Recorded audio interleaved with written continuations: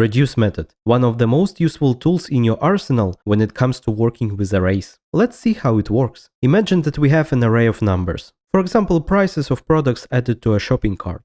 Now we need to get the sum of those values. Well, the most obvious solution is to use a traditional for loop.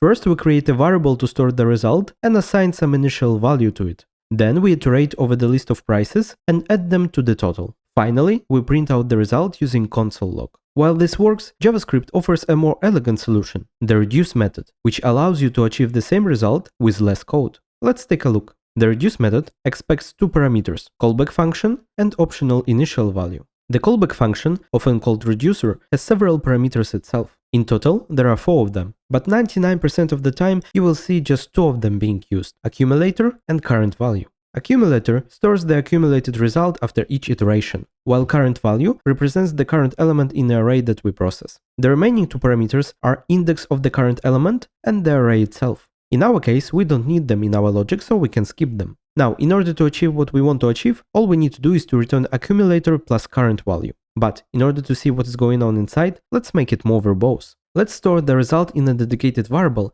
and then return it. But before we do, let's invoke console log to print out the current index, accumulated value, current value, and return value. And of course, since now we need current index, let's add it to the list of parameters. As the final step, let's add 0 as our initial value. As you can see, we get correctly calculated total price. We can also see what is going on inside this reduce method. In the first iteration, the accumulator is set to the initial value, which is 0 in our case. And in each subsequent iteration, it holds the value returned by the previous one. And here is the interesting part. Initial value is optional parameter. You can skip it. In this case, reduce will use the first array element as the initial accumulator, and iteration will start from the second element. However, be cautious. If the array is empty and there is no initial value, you will get an error. Well folks, that is the reduce method, an elegant way to turn multiple elements of an array into a single value. If you enjoyed the video, please leave a like, a comment, and of course subscribe for more. See you!